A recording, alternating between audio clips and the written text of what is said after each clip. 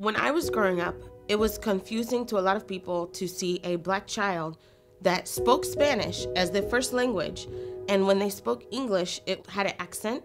My mother's family's from Nicaragua, my dad's family's from Jamaica. I got a lot of names, half-breed, red bone, yellow bone. My mother, one day, she came into my room and I was just crying, and she said, "What's wrong?" And I was like, "Well, you know, they're calling me names." And she said, "Well, how long have you been letting them call you names?" And like a light bulb went off.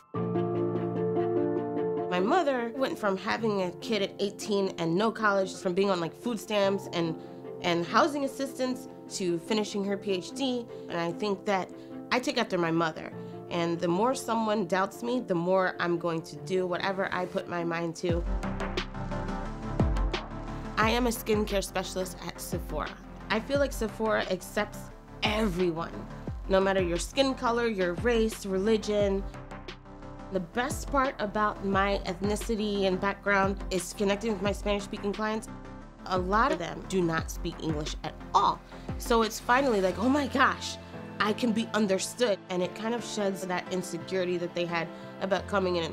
It's humbling because you don't realize what people are going through. I wish that when I were younger, struggling with some of my identity issues, I had someone to